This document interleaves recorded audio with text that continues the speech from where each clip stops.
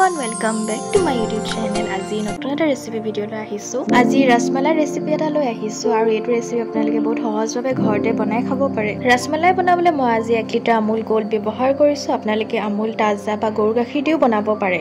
গাখীৰখিনি গৰম হোৱাৰ পিছত মই 3 চামুচ নেমুৰ ৰস দিছো। নেমুৰ ৰসৰ হলনি আপোনালোকে ভিনেগাৰো দিব পাৰে। এয়া দেখিছে গাখীৰখিনি ফাটিবলৈ আৰম্ভ কৰিছে আৰু গাখীৰখিনি এতিয়া ভালদৰে উতলাই লৈছো আৰু চানাখিনিও ধুনীয়াকৈ ফাটি গৈছে আৰু পানী খিনি বেলেগ হৈ গ'ল। এতিয়া মই গেছটো অফ কৰি দিলো আৰু চাকনি এখনৰ সহায়ত মই চানাখিনি এতিয়া চাকি লম। এতিয়া চানাখিনি মই ভালদৰে ঠাণ্ডা পানীৰে 4-5 মিনিট মান ভালকৈ ধুই লম। আৰু চানাখিনি ভালদৰে ধুই লোৱাৰ পিছত আপোনালোকে চামুচৰ সহায়ত ভালদৰে চানাখিনি এবাৰ চেপি ল'ব যাতে এক্সট্ৰা পানীখিনি থাকি নাযায়। আৰু ভিডিঅ'টো দেখুৱাৰ দৰে যিমান পাৰে সিমান চেপি ল'ব লাগে, একেবাৰে শুকান কৰি নেপেলাব।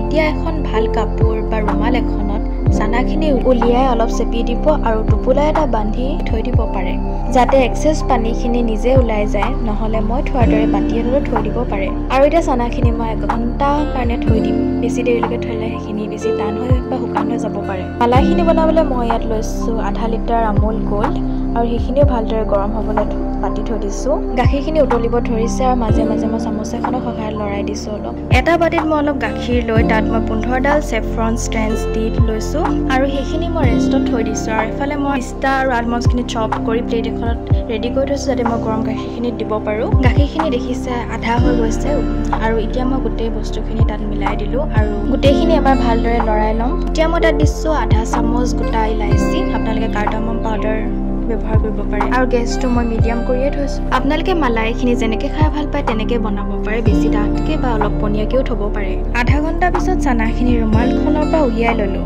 ভালদৰে 15-20 মিনিটমানলৈকে মঠি আছোঁ মিহি হোৱালৈকে।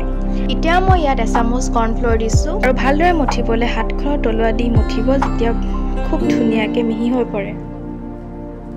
আপোনালোকে এই ৰেচিপিটো ঘৰত ট্ৰাই কৰি চাব পাৰে, বিৰাটে ভাল হয় খাবলৈ আৰু একদম ৰেষ্টুৰেণ্টৰ পৰা অনাৰ দৰে লাগে। আৰু ভিডিঅ'টো দেখুৱাৰ দৰে মঠি থাকিব যেতিয়ালৈকে এটা বল, মানে আমি ৰুটি বনোৱাৰ নিচিনাকৈ এটা বল বনি নাযায়।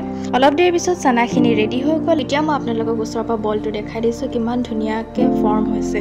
এতিয়া মই সৰু সৰুকৈ লাডু কেইটামান বনাই লৈছোঁ। আপোনালোকে যোনটো শ্বেপত বিচাৰে সেইটো শ্বেপ আপোনালোকে বনাই ল'ব। সৰু সৰুকৈ বল কেইটা বনাই ল'লোঁ। এইদৰে সৰু সৰুকৈ গোলাকেইটা বনাই ল'ব, কাৰণ চেনি পানী দিয়াৰ লগে লগে গোলাকেইটা ফুলি যাব। আপোনালোকে যেতিয়া সৰু সৰু বল কেইটামান বনাব তেতিয়া এটা বস্তু মন কৰিব, যদি ধুনীয়াকৈ ক্ৰেক নোহোৱাকৈ লাডুকেইটা গোল বনিছে তেতিয়া পাৰফেক্ট ৰসমালাই বনিব। যদি অলপ ক্ৰেক দেখিছে বা লাডুকেইটা ফাটি গৈছে গোল কৰোঁতে তেতিয়া আকৌ এবাৰ 2 মিনিটৰ কাৰণে মঠি ল'ব।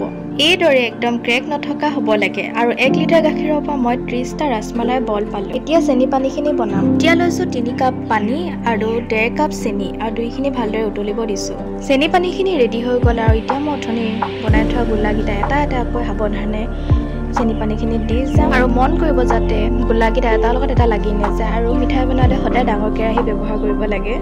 সাৱধানে লৰাই থাকিব, নহ'লে গোলাকেইটা ভাঙি যাব পাৰে। গোলাকেইটা মই হাই ফ্লেমতে সিজিবলৈ দিছোঁ। এতিয়া মই গোলাকেইটা ঢাকি 15 মিনিটৰ বাবে সিজিবলৈ দিছোঁ। 15 মিনিটৰ পিছত মই আপোনালোকক গোলাকেইটা দেখাইছোঁ। আগতকৈ ধুনীয়াকৈ ফুলি আহিছে আৰু এতিয়া মই আৰু অলপ দেৰি ঢাকনখন মাৰি সিজিবলৈ দিম। গোলাকেইটা ধুনীয়াকৈ সিজি আহিছে। 15 মিনিটৰ পিছত গোলাকেইটা প্ৰায় ৰেডি হৈ গ'ল আৰু এইটো ষ্টেজত মই গেছৰ ফ্লেমটো অফ কৰি দিলোঁ। মালাইখিনিত এতিয়া মই আধা কাপতকৈ অলপ কম চেনি দিছোঁ। আপোনালোকে মিঠাটো আপোনালোকৰ পচন্দৰ মতে কম বেছি কৰিব পাৰে। মালাইখিনিও ৰেডি হৈ গ'ল। এতিয়া মই সাৱধানেৰে হেতা এখনৰ সহায়ত ৰসমালাই বলকেইটা বাতি এটা ট্ৰান্সফাৰ কৰি আছোঁ। দেখি গম পাইছে কিমান ধুনীয়া হৈছে আৰু ৰেষ্টুৰেণ্টৰ দৰেই হৈছে। গোটেইকেইটা ৰসমালাই গোলা মই ওলাই লোৱাৰ পিছত এতিয়া অথনি বনাই থোৱা মালাইখিনি ধুনীয়াকৈ বলকেইটাৰ ওপৰত ঢালি দিলোঁ। গোলাখিনি আৰু মালাইখিনি এতিয়া মই ভালদৰে মিহলাই ল'লোঁ আৰু এইখিনি মই এতিয়া 1 ঘণ্টা বা 2 ঘণ্টাৰ কাৰণে ফ্ৰিজত থৈ দিছোঁ। এইটো অপশ্যনেল, আপোনালোকে নথ'লেও একো প্ৰব্লেম নাই, আপোনালোকে এনেকৈও ছাৰ্ভ কৰিব পাৰে। আৰু দেখিছে ইমান ধুনীয়া হৈছে আৰু খাবলৈও বিৰাটেই ভাল হৈছিলে। এতিয়া মই চপ কৰি থোৱা পিষ্টাছখিনি আৰু আলমণ্ডছ ওপৰত দি গাৰ্নিছ কৰিলোঁ। আপোনালোকে পিষ্টা সলনি বেলেগ ড্ৰাই ফ্ৰুটছো দিব পাৰে, কিন্তু পিষ্টা দিলে বেছি ভাল লাগে খাই। অলপ চপড পিষ্টাছ আৰু আলমণ্ডছ কাটি থৈছিলে সেইখিনি ওপৰত দি গাৰ্নিছ কৰিম। আজিৰ ভিডিঅ'টো চাই যদি আপোনালোকৰ ভাল লাগিলে তেতিয়া লাইক, কমেণ্ট, শ্বেয়াৰ, ছাবস্ক্ৰাইব কৰিব নাপাহৰিব আৰু ভিডিঅ'টো শ্বেয়াৰ কৰি দিব।